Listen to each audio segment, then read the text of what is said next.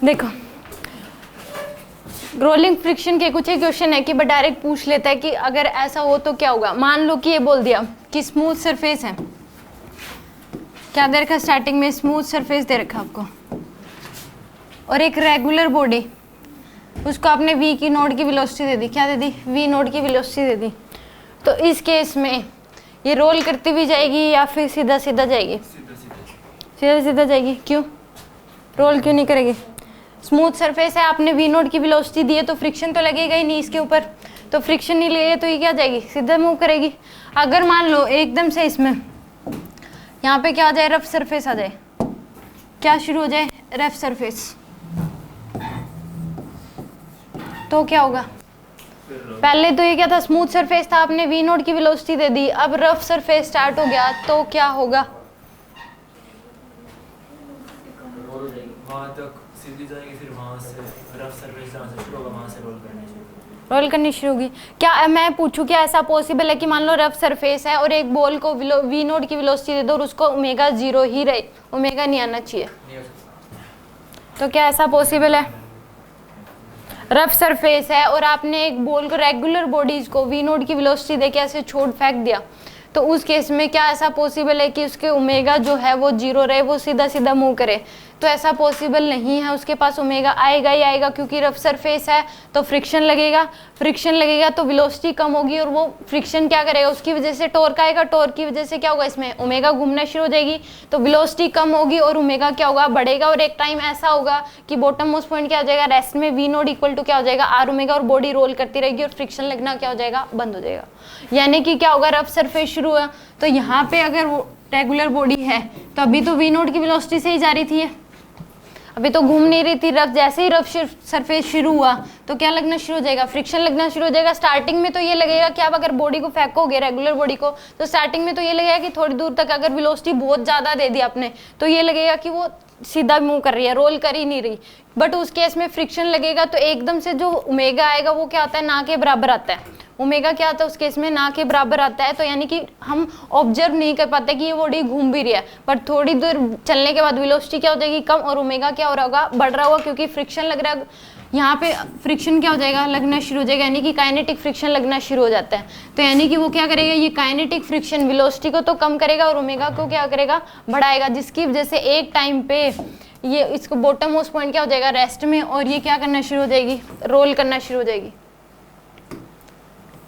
यानी कि मान लो ए पोजीशन से रफ सरफेस शुरू हुआ तो फ्रिक्शन लगना शुरू हो गया, और बी पोजीशन तक पहुंचेगी तो इसके ऊपर क्या लगे, वी नोड की वेलोसिटी तो थी, और एक फ्रिक्शन की वजह से क्या आ जाएगा, इसमें टॉर्क लगेगा, टॉर्क की वजह से क्या होगा, अल्फा, अल्फा की वजह से क्या आएगा, ओमेगा। तो ये बॉडी क्या हो जाएगी, रोल करना शुरू हो जाएगी और फ्रिक्शन लगना क्या हो जाएगा, बंद। और इस पोजीशन पे वी नोड इक्वल टू क्या हो जाएगा, आर ओमेगा, यानी कि बॉडी रोल करना स्टार्ट हो जाएगी और परमानेंट रोल ऐसे आगे की तरफ रोल करते हुए मूव करेगी जब तक इसके आगे कोई भी ऑब्स्टेकल या फिर एयर का फोर्स या फिर ऐसा कुछ नहीं होगा, तब तक ये रोल करती रहेगी। ठीक है, रुकेगी नहीं। अगर ऐसे सीधा रास्ता हो और बॉडी एक टाइम पे आपने फेंक दिया, रफ सरफेस है, और एक टाइम पे ये क्या होगा, थोड़ी डिस्टेंस ट्रैवल करने के बाद v इक्वल टू क्या हो जाएगा, r omega, body rolling motion start हो जाएगी और कोई भी ऑब्स्टेकल नहीं हो, सीधा रफ सरफेस हो, तो वो क्या करती रहेगी, परमानेंट चलती रहेगी, यानी कि रोलिंग मोशन होती रहेगी। तो ये बताना है कि जब रोलिंग स्टार्ट होगी, जब रोलिंग स्टार्ट होगी तो इसकी वेलोसिटी क्या होगी, कितने से रिटार्डेशन हो रहा होगा इसमें, और जब ये रोलिंग स्टार्ट हुई तो यहाँ पे ओमेगा कितना होगा, टॉर्क कितना लग रहा होगा, अल्फा क्या होगा, कितने टाइम में, कितने टाइम बाद रोलिंग स्टार्ट होगी, कितनी डिस्टेंस ट्रैवल कर लेगी, ये सब बताना, और कितना एनर्जी का लॉस होगा। पहले आपने क्या दे दी, गिवन क्या है, आपने वी नोड की वेलोसिटी दी है, तो उस केस में वी नोड की वेलोसिटी देके ऐसे छोड़ दिया रफ सरफेस पे, तो कितने टाइम, कितनी एक टाइम आएगा कि ये क्या करने की लगेगी, रोलिंग स्टार्ट हो जाएगा। ये बताना है कि उस टाइम पे वेलोसिटी क्या होगी, इसकी v की वैल्यू क्या होगी, यहाँ पे v नोड नहीं होगा, v की वैल्यू क्या होगी, v नोड तो आपने स्टार्टिंग में दी थी। क्वेश्चन ये है कि अगर एक रेगुलर बॉडी को रफ सरफेस पे v नोड की वेलोसिटी दे दी तो एक थोड़ी डिस्टेंस ट्रैवल करने के बाद अगर वेलोसिटी ज़्यादा दोगे तो डिस्टेंस ज़्यादा ट्रैवल कर लेगी रोलिंग मोशन शुरू होने तक। तो ये बताना है कि जब रोलिंग स्टार्ट होगी तो इसकी वेलोसिटी कितनी हो जाएगी। पहले तो पहला क्वेश्चन तो यही है, v की वैल्यू बता दो क्या होगी, v व्हेन रोलिंग स्टार्ट।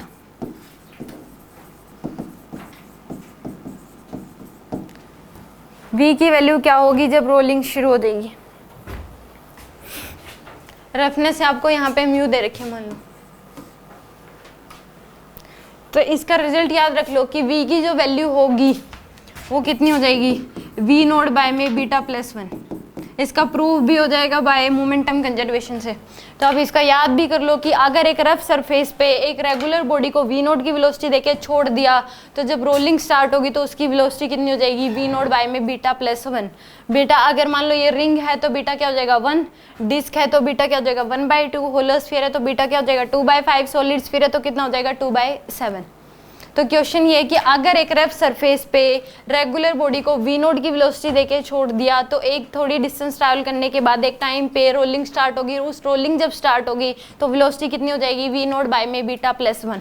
और म्यू पे डिपेंड ही नहीं करेगा म्यू के ऊपर। रिजल्ट ये निकलता है तो उस केस में म्यू लेते हो, मतलब यहाँ पे इस पे म्यू पे डिपेंड नहीं करता, फिर वो तो कितने टाइम बाद होगी, टाइम जो है वो वेलोसिटी पे डिपेंड करेगा कि आपने स्टार्टिंग में कितनी वेलोसिटी दी है।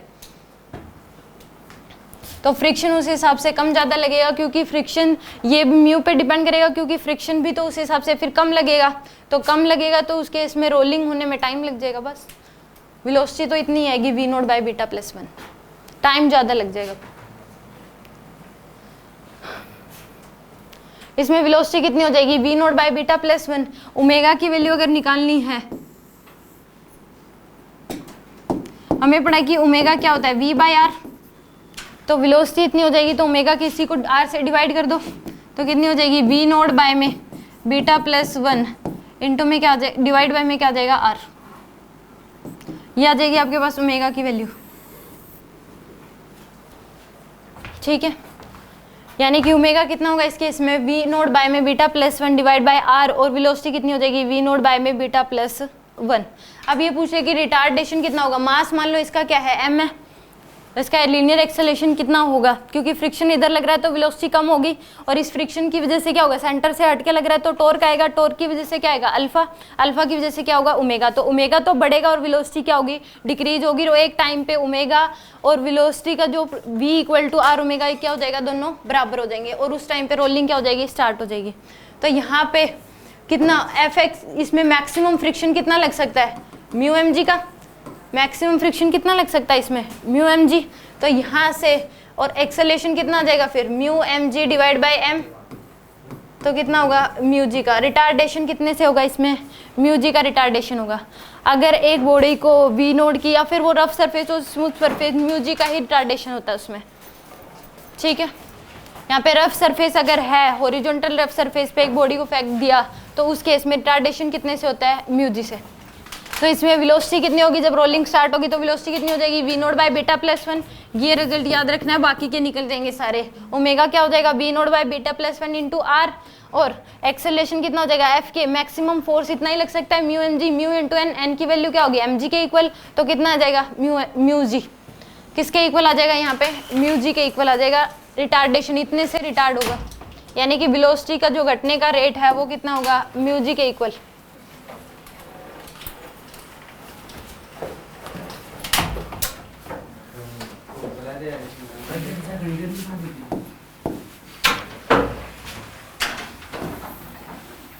इसका रेडियस क्या मान लो आर है, रेडियस क्या है इसका आर, तो टॉर्क कितना लगेगा आर इंटू में एफ आर के, एफ के इतना टॉर्क लगेगा। और एक टॉर्क का फॉर्मूला होता है tau equal to I alpha, torque का इतना फॉर्मूला। तो रेगुलर बॉडी ली है तो आई की वैल्यू क्या लोगे, बीटा एम आर स्क्वायर, आई की वैल्यू क्या लोगे इसमें, बीटा एम आर स्क्वायर।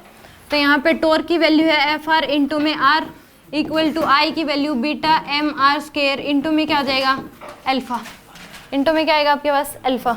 तो यहाँ से अल्फा की वैल्यू कितनी आ जाएगी, एफ आर इंटू में आर डिवाइड बाय में beta m r square, r से आर कैंसिल, तो एफ आर डिवाइड बाय में बीटा एम आर, ये क्या आ जाएगी आपके पास अल्फा की वैल्यू।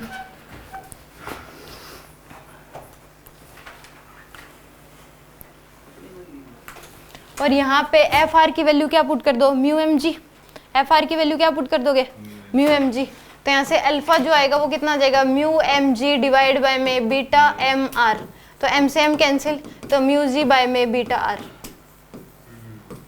इतना अल्फा आएगा, ठीक है। एंड आउट, यानी कि इसमें पहला रिजल्ट यही याद रखना है कि अगर एक रफ सरफेस पे एक बॉडी को वी नोट की वेलोसिटी दे दी तो उस केस में जब रोलिंग स्टार्ट होगी तो वेलोसिटी कितनी हो जाएगी, v naught by beta plus 1। तो ओमेगा तो अब निकालो, वी बाय आर होता है, तो इसी को क्या कर दो, आर से डिवाइड कर दो। और अगर इस पे मैक्स जो फ्रिक्शन लगेगा, फ्रिक्शन की मैक्सिमम वैल्यू कितनी होगी, म्यू एम जी का इक्वल म्यू इंटू एन होता है, एन की वैल्यू क्या होगी यहाँ पे एम जी के इक्वल, तो एफ फ्रिक्शन की वैल्यू क्या हो जाएगी, mu m g. Retardation acceleration होता है नेट फोर्स बाय मास, तो mu m g divide by m कितना हो जाएगा, म्यू जी के इक्वल। तो टॉर्क की वैल्यू क्या हो जाएगी, आर इंटू एफ, एक फॉर्मूला होता है, तो टॉर्क कितना हो जाएगा, आर इंटू में एफ आर की value mu m g put कर दो यहाँ पे। और एक टॉर्क का फॉर्मूला होता है tau equal to I alpha, I की वैल्यू क्या ले लो यहाँ पे, बीटा एम आर स्क्वायर, क्योंकि हमें नहीं पता रेगुलर बॉडी, रिंग है, डिस्क है, होलो स्फीयर है, सॉलिड स्फीयर, जनरल फॉर्मूला है।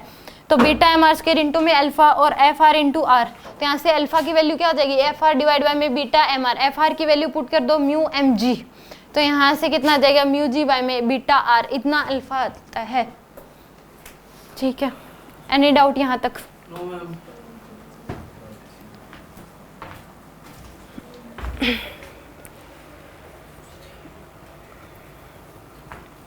नोट हो गया?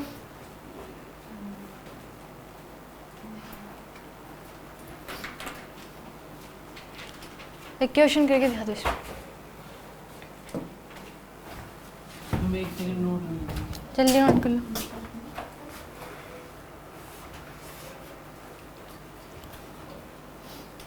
कर दो। हो गया?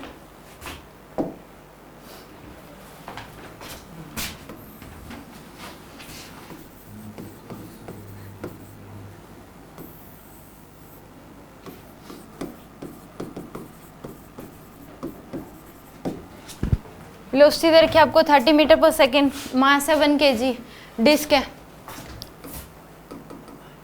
रेडियस दे रखा है 2 मीटर, मास दे रखा है आपको 1 kg।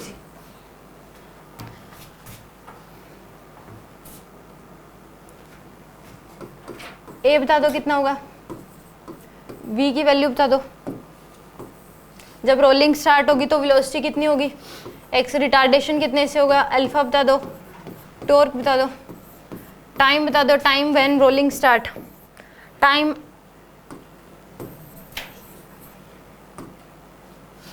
After how much time,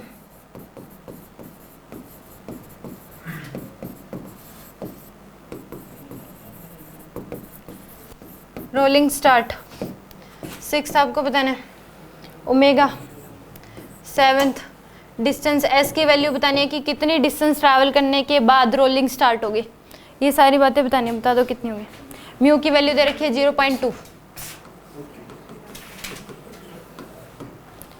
ये बताना है कि वेलोसिटी कितनी हो जाएगी जब रोलिंग स्टार्ट होगी, यानी कि v इक्वल टू जब r ओमेगा होगा तो कितनी वेलोसिटी हो जाएगी, इसकी v की वैल्यू बतानी है, अल्फा कितना होगा ये बताना है, ओमेगा कितना हो जाएगा ये बताना है आपको, कितने टाइम बाद रोलिंग स्टार्ट होगी, टॉर्क कितना लगेगा, mr²/2, कितने टाइम बाद रोलिंग स्टार्ट होगी, ओमेगा कितना होगा जब रोलिंग स्टार्ट होगी, तो ओमेगा की वैल्यू क्या हो जाएगी, और कितनी डिस्टेंस ट्रैवल कर लेगी, मान लो ए से बी तक, ये बताना है ए से शुरू हुआ और बी पे रोलिंग स्टार्ट होगी तो ए से बी तक डिस्टेंस कितनी होगी ये बताना है।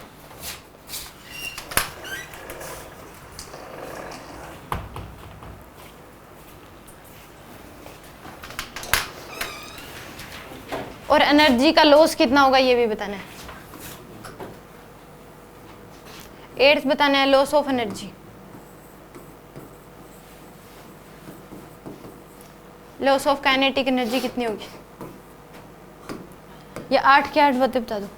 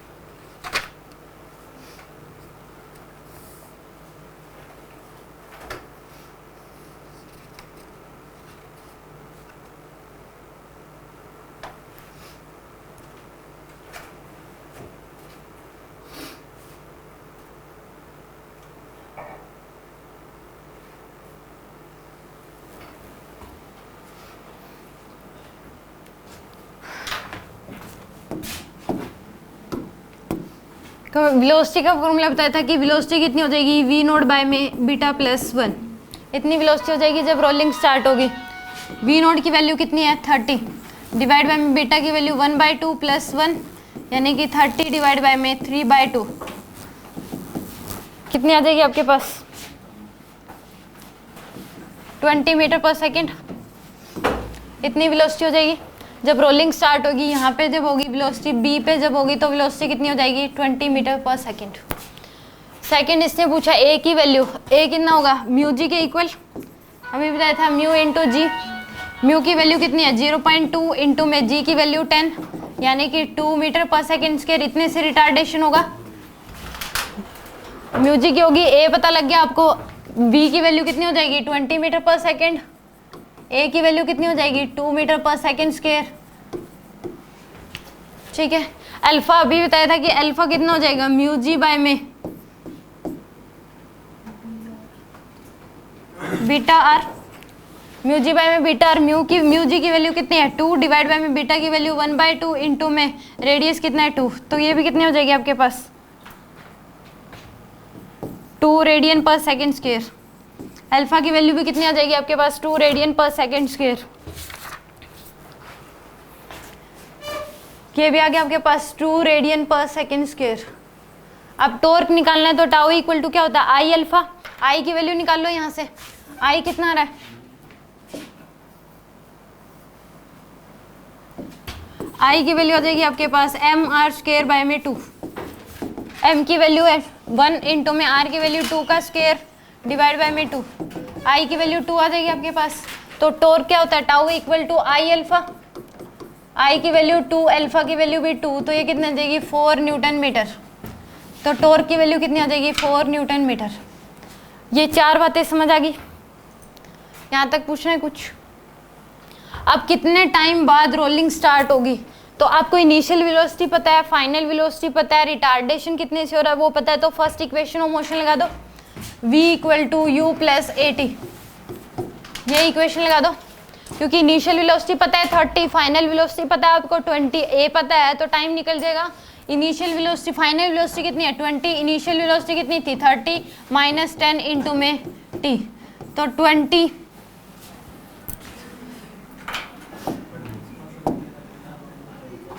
यानी कि 10t इक्वल टू क्या आ जाएगा आपके पास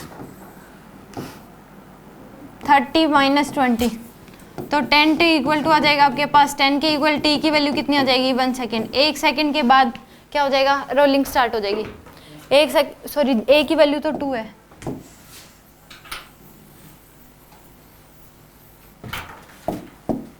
final velocity 20, initial velocity 30 minus 2 into में t, तो यहाँ से 2t की वैल्यू किसके इक्वल आ जाएगी 10 के इक्वल। टाइम की वैल्यू कितनी आ जाएगी 10 डिवाइड बाई 2 5 सेकेंड। 5 सेकेंड के बाद रोलिंग स्टार्ट होगी। 5 सेकेंड के बाद क्या होगी रोलिंग स्टार्ट होना शुरू होगी और फिर रोलिंग यानी कि घूमती रहेगी बॉडी। ओमेगा की वैल्यू बतानी है तो ओमेगा इसी को क्या कर दो आप r से डिवाइड कर दो, जो वेलोसिटी आई है उसको क्या कर दो r से डिवाइड कर दो। तो ओमेगा क्या होता है v बाई आर, तो v की वैल्यू कितनी है 20 डिवाइड बाई में r की वैल्यू 2 यानी कि कितनी आ जाएगी आपके पास 10 रेडियन पर सेकेंड। ओमेगा की वैल्यू कितनी आ जाएगी 10 रेडियन पर सेकेंड। s निकालना है तो थर्ड इक्वेशन ऑफ मोशन लगा दो। s की वैल्यू अगर निकालनी है तो थर्ड इक्वेशन ऑफ मोशन लगा दो, s v square equal to u square plus 2as।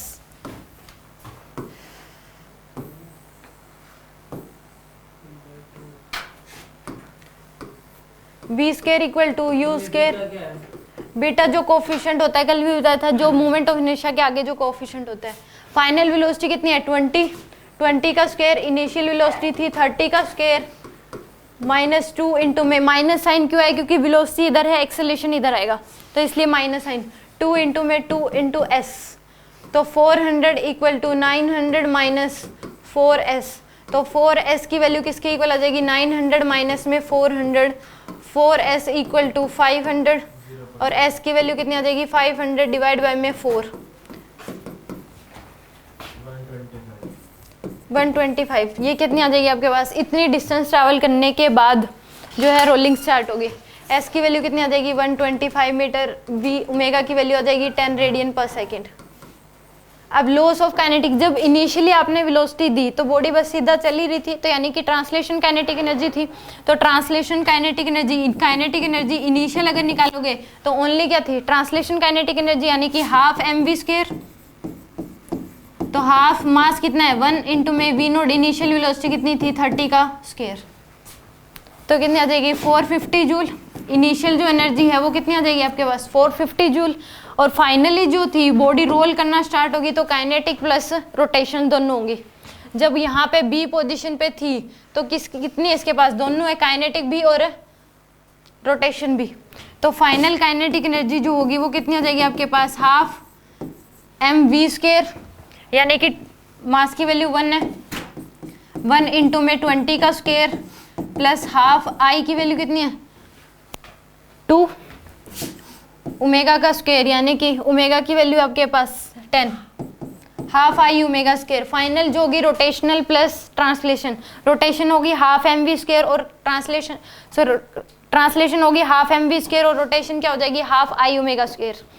तो यहाँ से निकालो ये 200 प्लस 100 कितनी आ जाएगी फाइनल 300 जूल। तो यानी कि इनिशियल थी 450, फाइनल कितनी है 300। तो लॉस कितना हो गया इनिशियल माइनस फाइनल, लॉस अगर निकालोगे तो kinetic energy initial minus kinetic energy final. Initial थी आपके पास 450 माइनस 300, तो लॉस कितना हो जाएगा 150 जूल, इतना लॉस आ गया आपके पास। दोबारा से समझा रही हूँ यही क्वेश्चन ये था कि अगर एक रेगुलर बॉडी है, रफ सरफेस पे आपने वी नोट की वेलोसिटी दे दी, वी नोट की वैल्यू कितनी है 30 मीटर पर सेकेंड, रेडियस दे रखा है 2 मीटर, मास दे रखा है 1 kg और रफनेस दे रखी है आपको 0.2। ये पूछा गया है कि जब रोलिंग स्टार्ट होगी तो उस टाइम उसकी वेलोसिटी क्या होगी, ओमेगा क्या होगा, कितने टाइम बाद रोलिंग स्टार्ट होगी, टॉर्क कितना लगेगा, अल्फा कितना आएगा, और जब रोलिंग इनिशियल पोजीशन से जब रोलिंग स्टार्ट होगी तो कितनी डिस्टेंस ट्रैवल करने के बाद रोलिंग स्टार्ट होगी। तो इस केस में यहाँ पे मैंने रिजल्ट बताया था कि वी नोट बाय में बीटा प्लस 1 इतनी क्या आ जाएगी इसमें वेलोसिटी कितनी आ जाएगी v naught by beta plus 1। V naught जो आपने इनिशियल वेलोसिटी दी है, ये रिजल्ट याद रखना है कि जो वेलोसिटी होगी वो कितनी होगी v naught by beta plus 1, इतनी वेलोसिटी आ जाएगी जब रोलिंग स्टार्ट होगी। वी नोट की वैल्यू 30 डिवाइड बाय में 1/2, बीटा की वैल्यू 1/2, डिस्क के लिए प्लस 1 कितनी हो जाएगी 20 मीटर पर सेकेंड, यानी कि ए जब बी पे पहुंचेगी तो इसकी वेलोसिटी 30 से घट के कितनी हो जाएगी 20। अब एक्सेलरेशन बताया था कि a इक्वल टू क्या हो जाएगा म्यू जी के इक्वल, a की वैल्यू क्या होगी म्यू जी के इक्वल, तो म्यू की वैल्यू 0.2 इंटू में जी की वैल्यू 10, तो 2 मीटर पर सेकंड, इतने से रिटार्डेशन होगा, इतने के रेट से वेलोसिटी क्या होगी डिक्रीज होगी पर सेकंड। अल्फा की वैल्यू कितनी हो जाएगी म्यू जी बाय में बीटा आर, तो यहाँ पे ये रिजल्ट भी याद रखना है। तो ये कितनी आ जाएगी म्यू की वैल्यू 2 डिवाइड बाय में म्यू जी की वैल्यू ही क्या थी 2 थी, तो डिवाइड बाय में 1/2, यानी कि कितना आ जाएगा आपके पास 2 रेडियन पर सेकेंड। आई की वैल्यू निकाल ली mr²/2, तो कितना आ गया आपके पास मोमेंट ऑफ इनर्शिया 2। अब कितने टाइम बाद टॉर्क निकालना है, तो टॉर्क का फॉर्मूला हमने पढ़ा था कि टॉर्क क्या होता है आई इंटू अल्फा। आई की वैल्यू पता है आपको 2, अल्फा की वैल्यू आपको पता है 2, तो टॉर्क कितना आ जाएगा 4 न्यूटन मीटर।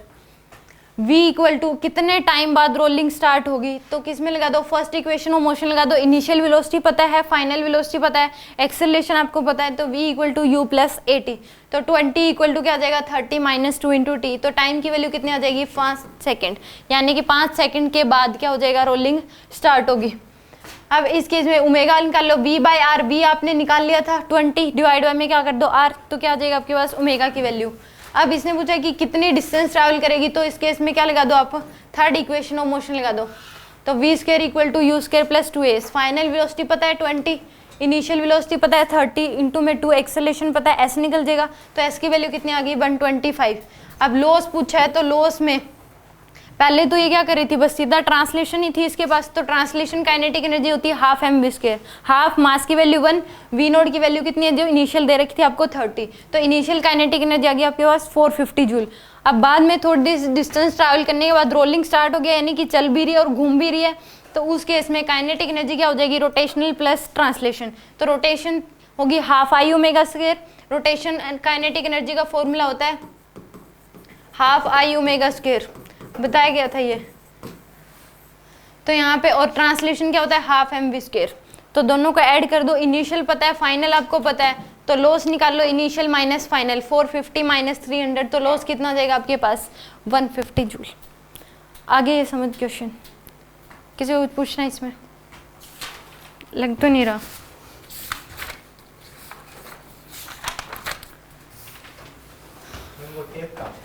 वही सर के पास, क्योंकि फ्रिक्शन पीछे लग रहा है, जिस साइड फोर्स लगेगा उधर ही तो होगा एक्सेलरेशन।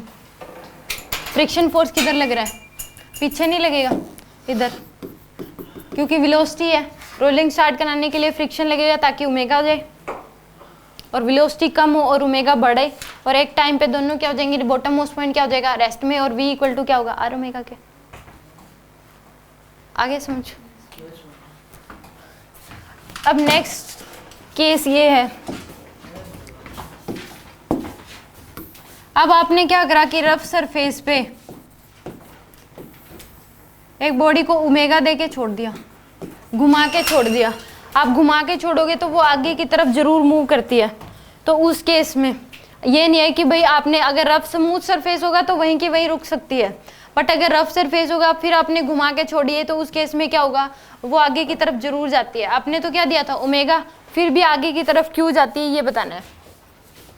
एक रफ सरफेस पे, उस पर रेगुलर बॉडी, इसका रेडियस मान लो r है, मास इसका m है। एक रफ सरफेस पे एक रेगुलर बॉडी को ऐसे घुमा के छोड़ दिया आपने, तो उस केस में ये फिर भी आगे की तरफ मूव करती है। आपने तो वेलोसिटी दी नहीं, बस घुमाया था, फिर आगे की तरफ मूव क्यों करती है, इसमें ट्रांसलेशन वेलोसिटी क्यों आती है, क्वेश्चन ये है।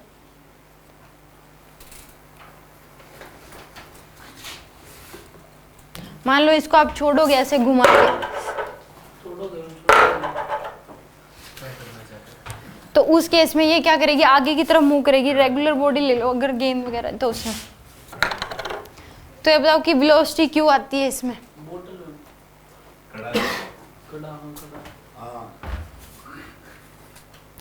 इसको देख लो, इसमें आगे की तरफ मूव करता है ये, तो ये बताना है कि इस केस में वेलोसिटी क्यों आती है, आगे की तरफ ही क्यों जाता है, यहीं पे क्यों नहीं रुक जाता, क्योंकि आपने तो बस घुमा के छोड़ा है इसको। क्या हो गया, इस केस में वेलोसिटी आप घुमा के छोड़ा आपने, तो फ्रिक्शन जो है, फ्रिक्शन की वजह से घूमता है और फ्रिक्शन आगे की तरफ लगेगा इसमें, क्योंकि इसकी तरफ घूमेगा तो आर ओमेगा इधर होगा। वेलोसिटी लाने के लिए फ्रिक्शन क्या लगेगा इसमें, आगे की तरफ, क्योंकि आगे की तरफ मूव कर रही है तो फ्रिक्शन क्या लगेगा, आगे की तरफ। इस फ्रिक्शन की वजह से क्या आएगा इसमें, फ्रिक्शन की वजह से एक्सेलरेशन आएगा, और एक्सेलरेशन की वजह से क्या आएगी, वेलोसिटी। और इस केस में ओमेगा कम होगा और वेलोसिटी क्या होगी, बढ़ेगी, और एक टाइम ऐसा होगा कि रोलिंग स्टार्ट हो जाएगी। एक टाइम क्या होगा, ऐसा होगा कि रोलिंग क्या हो जाएगी, इस केस में स्टार्ट हो जाएगी। तो जब रोलिंग स्टार्ट होगी तो वेलोसिटी कितनी होगी ये बताना है आपको, और ओमेगा कितना होगा। ये ए से लेके ए पे बी तक आएगा, तो यहाँ पे क्या हो जाएगी, रोलिंग स्टार्ट हो जाएगी, और v इक्वल टू क्या होगा, आर ओमेगा के।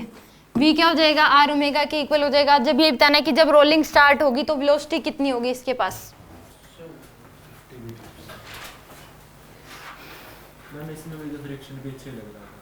इसमें आपने वेलोसिटी देके छोड़ा था, आगे की तरफ जाएगा तो कोई फोर्स ऐसा लगना चाहिए जो कि इधर हो, तभी तो एक्सेलरेशन इस डायरेक्शन में आएगा। अगर फ्रिक्शन आपने पीछे लगा दिया तो इसका मतलब तो किस में, इस पीछे वाले में, तो मैंने घुमा के छोड़ा था, बस उसको ओमेगा ही दिया था, मैंने उसको वेलोसिटी नहीं दी, बस घुमा के छोड़ा था, तो फिर वो आगे की तरफ गया था ना, तो यानी कि इसका मतलब फ्रिक्शन आगे की तरफ लगा होगा इसमें, तो फ्रिक्शन आगे की तरफ लगा तो इसकी वजह से क्या आएगा, ए आएगा, और ए की वजह से क्या आएगा, वेलोसिटी आएगी। तो यानी कि ये क्या होगा, घूमना शुरू हो जाएगा, रोलिंग स्टार्ट हो जाएगी, और v इक्वल टू एक टाइम पे v इक्वल टू क्या हो जाएगा, आर ओमेगा के, यानी कि इस साइड वेलोसिटी आ जाएगी v की, और इधर क्या होगा, आर ओमेगा, और v इक्वल टू क्या हो जाएगा, आर ओमेगा के। ये बताना है वेलोसिटी कितनी हो जाएगी। इसमें वेलोसिटी जो होती है वो होती है बीटा बाय में बीटा प्लस 1 इंटू में आर ओमेगा नोट। आपने इनिशियली जिसको ओमेगा कितना दिया था, ओमेगा नोट, तो इतनी वेलोसिटी हो जाती है, बीटा डिवाइड बाय में बीटा प्लस 1 इंटू में आर ओमेगा नोट। ये याद रखना है कि क्वेश्चन ये आता है कि डायरेक्ट आपको फॉर्मूला लगाना है, वैल्यू दे देगा कि अगर एक रफ सरफेस पे एक बॉडी को घुमा के छोड़ दिया, यानी कि ओमेगा दे के छोड़ दिया, जब रोलिंग स्टार्ट होगी तो v की वैल्यू क्या होगी वो बताना है। तो v की वैल्यू कितनी हो जाएगी, बीटा बाय में बीटा प्लस 1 इंटू में आर ओमेगा नोट। और अगर v ओमेगा पूछे, ओमेगा कितना हो जाएगा उस टाइम पे, तो इसको क्या कर दो r से डिवाइड कर दो। ओमेगा की वैल्यू अगर पूछे तो v नोट बाय क्या, v बाय क्या कर दो r, v की वैल्यू है बीटा डिवाइड बाय में बीटा प्लस 1 इंटू में r omega note divide by में क्या कर दो r, r से r कैंसिल, तो ओमेगा की वैल्यू कितनी आ जाएगी, बीटा इंटू में ओमेगा नोट डिवाइड बाय में बीटा प्लस 1, ये आ जाएगा आपके पास ओमेगा की वैल्यू। आपको ये रिजल्ट याद रखना है कि अगर एक बॉडी को घुमा के आपने छोड़ दिया, जब रोलिंग स्टार्ट होगी तो वेलोसिटी कितनी हो जाएगी, बीटा डिवाइड बाय में बीटा प्लस 1 इंटू में r ओमेगा नोट, इतनी वेलोसिटी हो जाती है। और ओमेगा की वैल्यू जो होगी वो कितनी हो जाएगी, beta divide by beta plus 1 into में ओमेगा नोट, इतनी ओमेगा हो जाता है।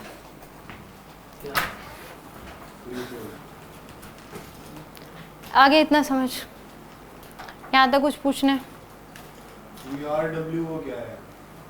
आर रेडियस है और W नहीं है, ये ओमेगा नोट है, एंगुलर वेलोसिटी। इनिशियली जो आपने इसको एंगुलर वेलोसिटी दी है वो इतनी वेलोसिटी हो जाती है इसमें, v equal to beta by में बीटा प्लस 1 इंटू में r ओमेगा नोट। ओमेगा यहाँ पे एंगुलर वेलोसिटी है, r रेडियस है, बीटा जो कोफिशिएंट है मोमेंट ऑफ इनर्शिया के आगे जो लगता है। एनी डाउट यहाँ तक? दूसरा रिजल्ट ये याद रखना है बस आपको। पहला था कि अगर एक रफ सरफेस पे बॉडी को v नोट की वेलोसिटी दे दी तो जब रोलिंग स्टार्ट होगी तो वेलोसिटी कितनी हो जाएगी, तो वो थी v note by beta plus 1। अब दूसरा केस ये है कि अगर आपने एक रफ सरफेस पे एक बॉडी को घुमा के छोड़ दिया तो उस केस में जब रोलिंग स्टार्ट होगी तो वेलोसिटी कितनी हो जाएगी, तो वो है v बीटा बाय में बीटा प्लस 1 इंटू में r ओमेगा नोट। दो रिजल्ट याद रखने हैं, अभी तक दो रिजल्ट बताए हैं और एक का क्वेश्चन करवाया था। अब तीसरा रिजल्ट सुन लो क्या होगा। इसका क्वेश्चन भी सेम उसी तरीके से होगा जो पीछे वाला करा था, वही सभी चीजें पूछ सकता है इसमें भी। कितने टाइम बाद रोलिंग स्टार्ट होगी, कितना ओमेगा हो जाएगा, कितनी वेलोसिटी हो जाएगी, कितना टॉर्क लगेगा, फ्रिक्शन की वैल्यू बताओ, ये सारी ए बताओ, अल्फा बताओ, सब कुछ ठीक है। अब नेक्स्ट रिजल्ट देख लो।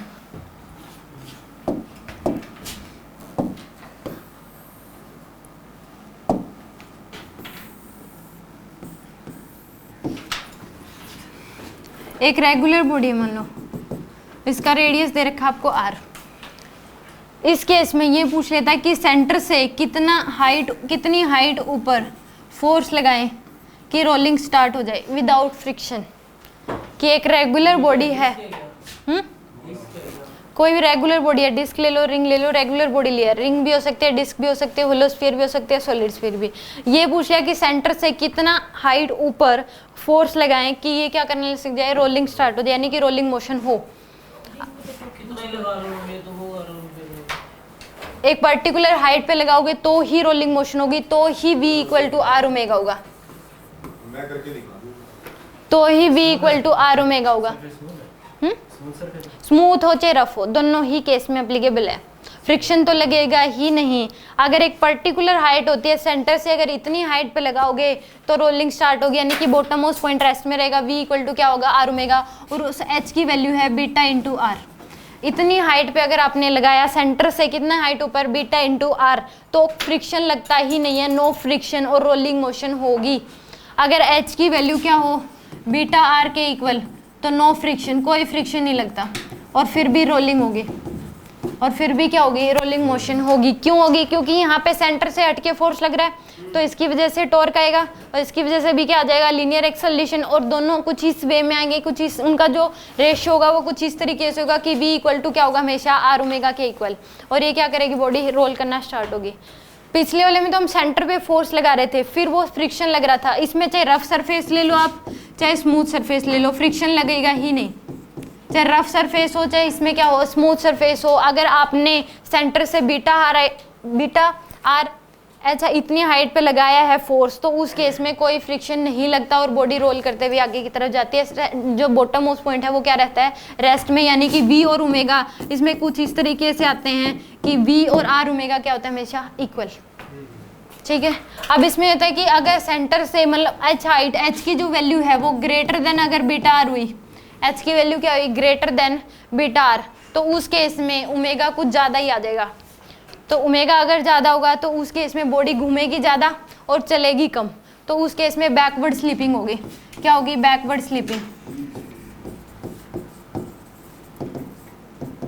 यानी कि घूमेगा ज़्यादा और चलेगा कम। तो अगर h की value greater than beta r है तो क्या होगी, बैकवर्ड स्लीपिंग होगी। और फ्रिक्शन क्या लगेगा, आगे की तरफ लगेगा, फॉरवर्ड फ्रिक्शन लगता है इसमें।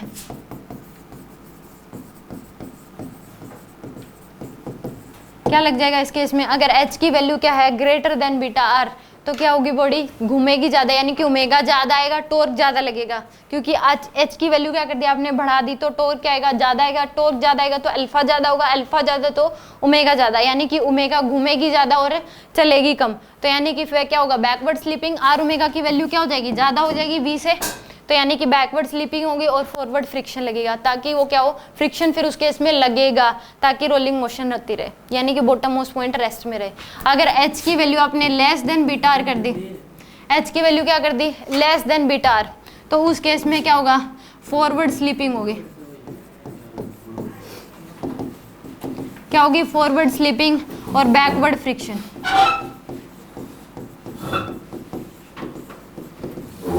स्लीपिंग, फॉरवर्ड स्लीपिंग होगी, बैकवर्ड फ्रिक्शन, यानी कि फ्रिक्शन क्या लगेगा, पीछे की तरफ लगेगा।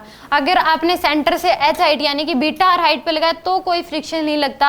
अगर बीटा आर से ज़्यादा हाइट है तो फ्रिक्शन लगेगा, किधर लगेगा, आगे की तरफ लगेगा। और बीटा आर से अगर कम हाइट है तो फ्रिक्शन क्या लगेगा, पीछे की तरफ लगेगा। ठीक है, एक रिजल्ट ये याद रखना है कि डायरेक्ट इसमें वैल्यू दे देता है कि आर की वैल्यू ये है, एफ की वैल्यू ये है, तो उस केस में कितनी हाइट ऊपर लगाना है आपको फोर्स, कि कोई भी फ्रिक्शन ना लगे। तो कितनी हाइट होती है वो, बीटा आर के इक्वल। एनी डाउट, यानी कि h इक्वल टू क्या होता है, बीटा आर, h की वैल्यू दे, मान लो बीटा दे दिया आपने, r दे दिया, तो h की वैल्यू पूछ लेता है। तो मान लो ये अगर रिंग हुई तो रिंग के केस में h की वैल्यू कितनी होनी चाहिए, बीटा की वैल्यू एंड r की वैल्यू मानो 2 दे दी, तो h इंटू में 2 कितनी हो जाएगी, 2 के इक्वल। वो रेडियस पे डिपेंड करेगा फिर h की वैल्यू। अगर डिस्क दे दिया, मान लो सेम रेडियस है, डिस्क दे दिया तो 1 इंटू में 2, यानी कि h की वैल्यू क्या हो जाएगी, 1 के इक्वल हो जाएगी। ठीक है, तो यानी कि अगर h equal to beta r है तो नो फ्रिक्शन, h अगर ग्रेटर देन बीटा आर है तो फॉरवर्ड फ्रिक्शन, और अगर h less than beta r है तो क्या होगा, बैकवर्ड स्लीपिंग, बैकवर्ड फ्रिक्शन। एक रिजल्ट ये याद रखना आपको, ये तीनों बातें हो गया नोट।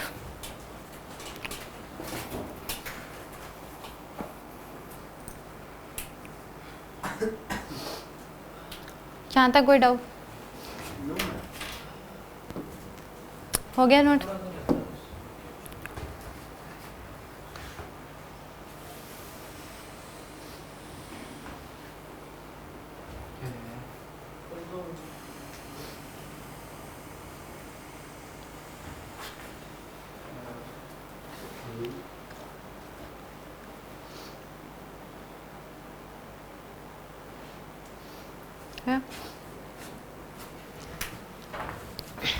अब देखो, अगर मान लो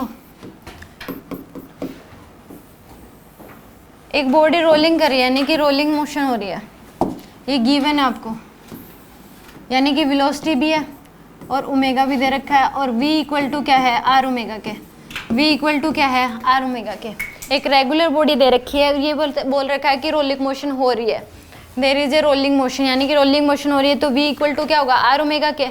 तो इसमें काइनेटिक एनर्जी, इसमें ये पूछ लेता है कि ट्रांसलेशन काइनेटिक एनर्जी और रोटेशनल काइनेटिक एनर्जी का रेशियो बताओ क्या होगा, या फिर translation kinetic energy total kinetic energy का रेशियो बताओ क्या होगा, या फिर ये पूछ लेता है रोटेशनल काइनेटिक एनर्जी और टोटल काइनेटिक एनर्जी का रेशियो बताओ। तो अगर इस केस में मास मान लो इसका m है, रेडियस क्या है r, मास m है, रेडियस r है, रोलिंग मोशन हो रही है, तो यानी कि v इक्वल टू क्या है, आर ओमेगा के। तो इसके इसमें ट्रांसलेशन काइनेटिक एनर्जी कितनी हो जाएगी, इसमें हाफ mv स्क्वायर,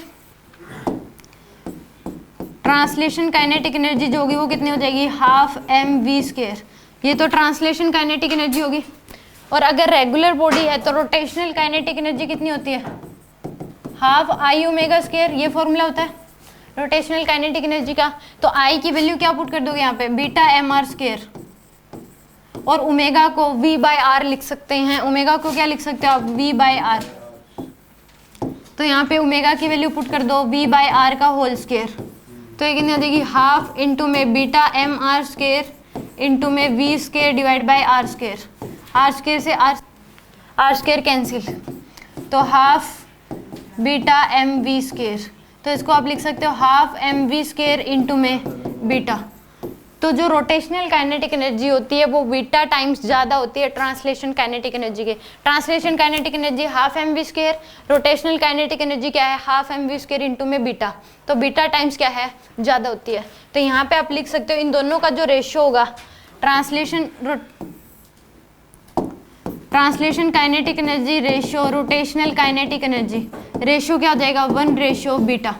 क्या होगा 1 बीटा। अगर आपको दे रखा है मान लो डिस्क दे दी और ये पूछ लिया ट्रांसलेशन काइनेटिक एनर्जी और रोटेशनल काइनेटिक एनर्जी का रेशियो बताओ, तो क्या हो जाएगा 1:1/2।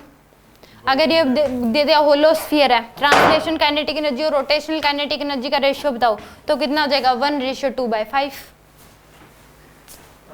ठीक है, होलो स्फीयर है, बीटा की वैल्यू 2/3।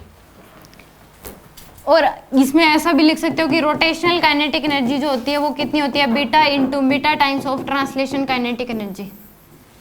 ट्रांसलेशन काइनेटिक एनर्जी निकाल लो, इंटू में बीटा कर दो तो क्या आ जाएगी रोटेशनल काइनेटिक एनर्जी आ जाएगी। अगर एक बॉडी रोलिंग मोशन हो रही है, रेगुलर बॉडी है, तो टोटल ट्रांसलेशन काइनेटिक एनर्जी और रोटेशनल काइनेटिक एनर्जी का जो रेशियो होता है वो कितना होता है 1 बीटा। और रोटेशनल काइनेटिक एनर्जी किसके इक्वल होता है बीटा इंटू में ट्रांसलेशन काइनेटिक एनर्जी है।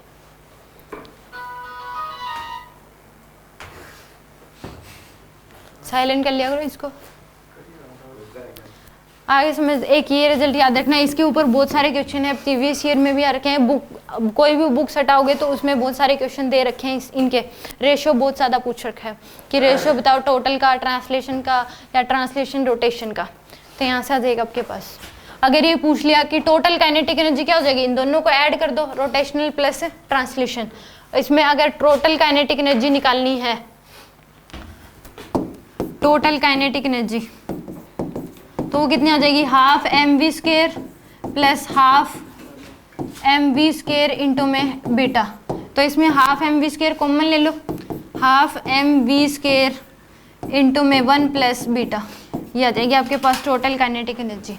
तो रेशियो अगर लोगे तो यहाँ से ही आपके पास निकल जाएगा। पहला तो ये हो गया आपके पास। सेकंड, अगर पूछ लिया कि टोटल काइनेटिक एनर्जी का रेशियो बताओ किसके साथ, रोटेशनल काइनेटिक एनर्जी, तो रेशियो क्या हो जाएगा टोटल का 1 प्लस बीटा, रेशियो में क्या आ जाएगा बीटा, ये आ जाएगा आपके पास दोनों का रेशियो। और अगर टोटल काइनेटिक एनर्जी और ट्रांसलेशन काइनेटिक एनर्जी का रेशियो पूछ लिया तो क्या आ जाएगा बीटा प्लस 1:1। ठीक है, ये रिजल्ट याद रखना है। यानी कि अगर एक बॉडी रोलिंग कर रही है तो उसकी टोटल एनर्जी जो होगी वो कितनी हो जाएगी हाफ mv² इंटू में बीटा प्लस 1 बोल दो या फिर 1 प्लस बीटा। ये रिजल्ट याद रखना है कि एक बॉडी अगर रोलिंग मोशन हो रही है, यानी कि घूम भी रही है और चल भी रही है, तो टोटल काइनेटिक एनर्जी जो होगी वो कितनी हो जाएगी हाफ mv² इंटू में 1 प्लस बीटा या फिर बीटा प्लस 1 बोल दो, कोई फर्क नहीं पड़ता इसमें। और ट्रांसलेशन काइनेटिक एनर्जी और रोटेशनल काइनेटिक एनर्जी का रेशियो क्या होगा 1 बीटा। ट्रांसलेशन काइनेटिक एनर्जी और टोटल काइनेटिक एनर्जी का रेशियो क्या हो जाएगा बीटा प्लस 1:1। और टोटल काइनेटिक एनर्जी और रोटेशनल काइनेटिक एनर्जी का रेशियो क्या होगा 1 प्लस बीटा रेशियो बीटा।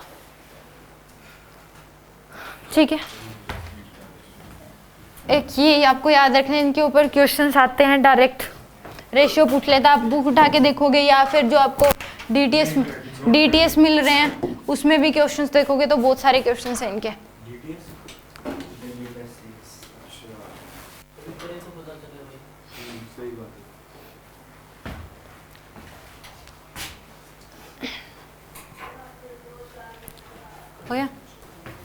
हो गया क्या ये नोट? हाँ जी वीरेन, हो गया? करो तो है ना। इसमें देखो, अगर एक इंक्लाइन प्लेन दे रखा आपको, ठीक है, स्मूथ इंक्लाइन प्लेन है, अगर क्या है स्मूथ इंक्लाइन प्लेन, एंगल दे रखा आपको थीटा, तो यहाँ पे जो ब्लॉक को छोड़ दो, चाहे कोई रेगुलर बॉडी हो, अगर स्मूथ सरफेस है, स्मूथ इंक्लाइन प्लेन है, तो चाहे वो रेगुलर बॉडी हो चाहे उस केस में क्या वो ब्लॉक हो, तो एक्सेलरेशन किसके इक्वल होता है जी साइन थीटा के इक्वल। किसके इक्वल हो जाएगा जी साइन थीटा। एक्सेलरेशन में मास कभी भी नहीं आता, acceleration never depends on mass, force by mass. तो मास मास से कैंसिल हो जाता है। देखो यहाँ पे कैसे नीचे की तरफ क्या लगेगा, m g sine theta, smooth surface है तो फ्रिक्शन लगेगा ही नहीं, दोनों ही केस में मास इक्वल है तो इसके भी क्या लगेगा, ब्लॉक पे भी नीचे की तरफ क्या लग जाएगा, एम जी साइन थीटा। तो यहाँ पे नेट फोर्स कितना लग रहा है, बस m g sine theta divide by में एक्सेलरेशन जो होता है वो क्या होता है, नेट फोर्स बाय मास। तो नेट फोर्स कितना है, m g sine theta divide by में क्या हो जाएगा, मास। तो एम से एम कैंसिल। तो अगर स्मूथ सरफेस है, स्मूथ इंक्लाइन प्लेन है, तो उस केस में चाहे रेगुलर बॉडी छोड़ दो या फिर ब्लॉक, दोनों ही केस में जो एक्सेलरेशन होता है वो कितना होता है, जी साइन थीटा के इक्वल। जी सर। ठीक है, एक ये याद रखने की, अगर स्मूथ इंक्लाइन प्लेन है तो उस केस में चाहे वो ब्लॉक हो चाहे वो रेगुलर बॉडी हो, एक्सेलरेशन जो होगा वो किसके इक्वल होगा, जी साइन थीटा के इक्वल। स्मूथ हो चाहे रफ हो, सॉरी स्मूथ इंक्लाइन प्लेन अगर है तो। एक अगर रफ इंक्लाइन प्लेन है, ये हाइट h दे रखी है आपको, एंगल दे रखा है थीटा, यहाँ पे अगर ब्लॉक है, m मास का ब्लॉक है और रफ सरफेस है, रफनेस की वैल्यू दे रखी है आपको म्यू, तो उस केस में ब्लॉक के केस में एक्सेलरेशन अलग होगा और रेगुलर बॉडी के केस में एक्सेलरेशन जो होगा वो अलग होगा। ब्लॉक के केस में नीचे की तरफ क्या लगेगा, एम जी साइन थीटा, और ऊपर की तरफ फ्रिक्शन कितना लग जाएगा, mu m g cos theta, क्योंकि फ्रिक्शन होता है mu into N.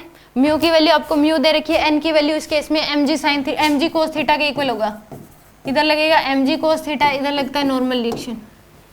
M G के ही दो कंपोनेंट लेते हैं, एम जी साइन थीटा और एम जी कोस थीटा।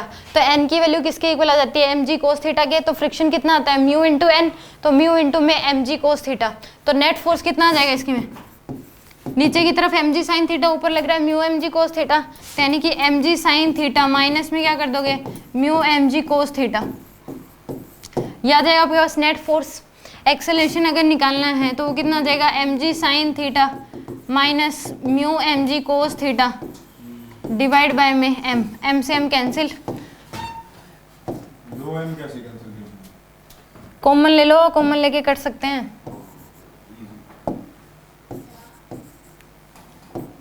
तो यहाँ से एक्सेलरेशन जो होगा वो कितना आ जाएगा आपके पास, जी sine theta minus mu g cos theta. Acceleration कितना होगा, g sine theta minus mu g cos theta. Block के केस में होता है ये जी sine theta minus mu g cos theta. अगर रफ इंक्लाइन प्लेन है तो ब्लॉक के केस में जो एक्सेलरेशन होगा वो कितना होगा, g sine theta minus mu g cos theta. Regular body के केस में ये नहीं होता, यानी कि अगर आपको ring, disc, hollow sphere, solid sphere इनमें से अगर दे रखा है तो ये वाला एक्सेलरेशन नहीं होता। फिर जो एक्सेलरेशन होगा, अगर ये एच हाइट दे रखी है, एंगल दे रखा आपको थीटा, रेगुलर अगर बॉडी है, मास इसका क्या है एम, तो एक्सेलरेशन जो होता है वो होता है जी साइन थीटा बाय में बीटा प्लस 1। इतना एक्सेलरेशन होता है, जी साइन थीटा डिवाइड बाय में बीटा प्लस 1, इतना एक्सेलरेशन होता है अगर रफ सरफेस है तो। रफनेस की वैल्यू दे रखी है म्यू के इक्वल, तो यहाँ से एक्सेलरेशन कितना हो जाएगा, जी साइन थीटा बाय में बीटा प्लस 1, इतना एक्सेलरेशन होता है। इसके ऊपर नीचे की तरफ फोर्स लगेगा एम जी साइन थीटा, और फ्रिक्शन कितना लगता है रेगुलर बॉडी के केस में, जनरल फॉर्मूला बताया गया था। अगर रोलिंग स्टार्ट होगी तो ये बॉडी रोल करते हुए आ रही है, क्या आ रही है, रोल करते हुए आ रही है, तो फ्रिक्शन कितना लगता है, जनरल फॉर्मूला क्या था, बीटा, आगे beta F divide by beta plus 1। ये फॉर्मूला बताया था कि अगर कोई रेगुलर बॉडी है तो रोल अगर करवाना है तो फ्रिक्शन की वैल्यू कितनी होनी चाहिए, beta F divide by beta plus 1। तो यहाँ पे ये आपको रेगुलर बॉडी दे रखी है तो फ्रिक्शन कितना लग जाएगा, बीटा एफ डिवाइड बाय में बीटा प्लस 1, इतना फ्रिक्शन लगेगा। और एफ की वैल्यू किसके इक्वल है यहाँ पे, एम जी साइन थीटा के। तो नेट फोर्स अगर इसमें निकालोगे, नेट फोर्स कितना आ जाएगा यहाँ पे, एफ नेट की वैल्यू, नीचे लग रहा है एम जी साइन थीटा, नीचे क्या लग रहा है, एम जी साइन थीटा, और ऊपर की तरफ कितना लगेगा, beta m g sine theta divide by में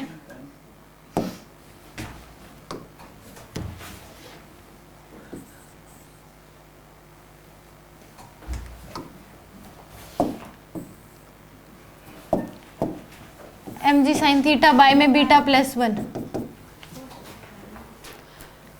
फ्रिक्शन अप्लाइड फोर्स का इतने टाइम से लगता है f divide by beta plus 1।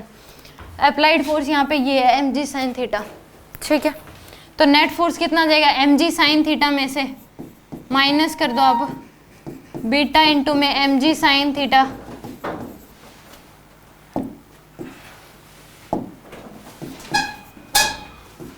Divide by में बीटा प्लस 1।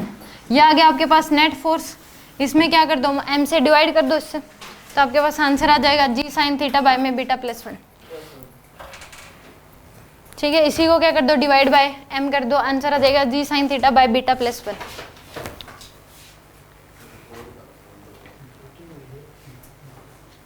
सोल्व करना है क्या इसको? इसमें एक्सेलेरेशन अगर निकालोगे तो f नेट बाय m कर दो, सोल्व करने पे आंसर यही निकल के आएगा g sin theta bye beta plus 1। एक लास्ट केस और सुन लो, यहाँ तक समझ आ गया क्या? यहाँ तक पूछना है, कुछ नोट हो गया? इसमें देखो, अगर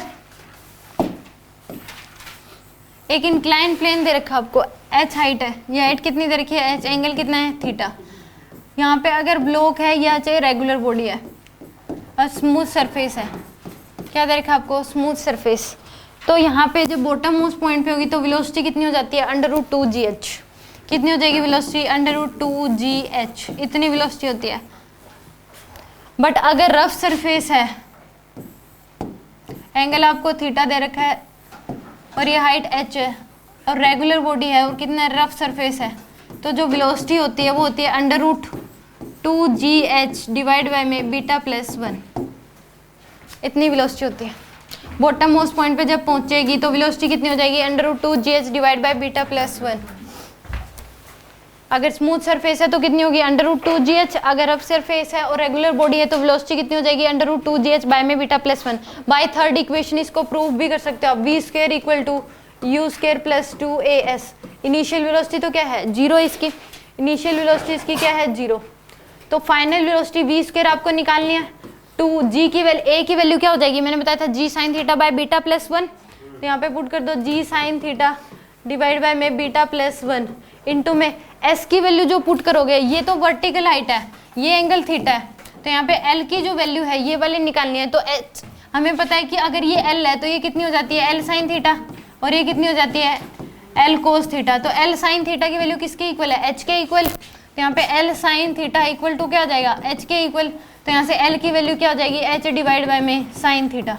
यहाँ पे पुट कर दो आप h डिवाइड बाय में sin थीटा, तो sin थीटा से sin थीटा कैंसिल, तो v स्क्वायर इक्वल टू क्या हो जाएगा, 2gh डिवाइड बाय में beta plus 1।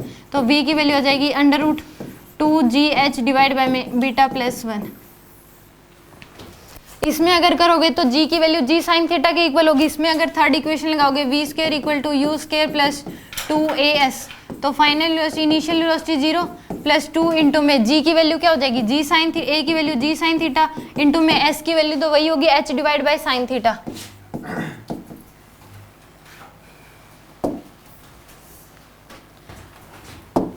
v square equal to 0 plus 2 into में g sin थीटा इंटू में ये वाली जो हाइट होगी ये कितनी होगी, h बाय साइन थीटा, तो इंटू में h divide by sine theta. तो साइन थीटा से साइन थीटा कैंसिल, तो v की वैल्यू किसके इक्वल आ जाएगी, √2gh। अगर smooth surface, smooth incline plane है तो वेलोसिटी कितनी हो जाएगी, चाहे वो रेगुलर बॉडी हो चाहे वो ब्लॉक हो, तो वेलोसिटी कितनी हो जाएगी, √2gh। बट अगर रफ इंक्लाइन प्लेन है और रेगुलर बॉडी है, रोल करते हुए आ रही है, तो वेलोसिटी कितनी होगी, रोलिंग मोशन होना जरूरी है तभी होगी है, तो वेलोसिटी कितनी हो जाएगी, √2gh बाय में बीटा प्लस 1। ये सारे के सारे रिजल्ट जो आज की क्लास में बताए गए हैं कल सुने जाएंगे।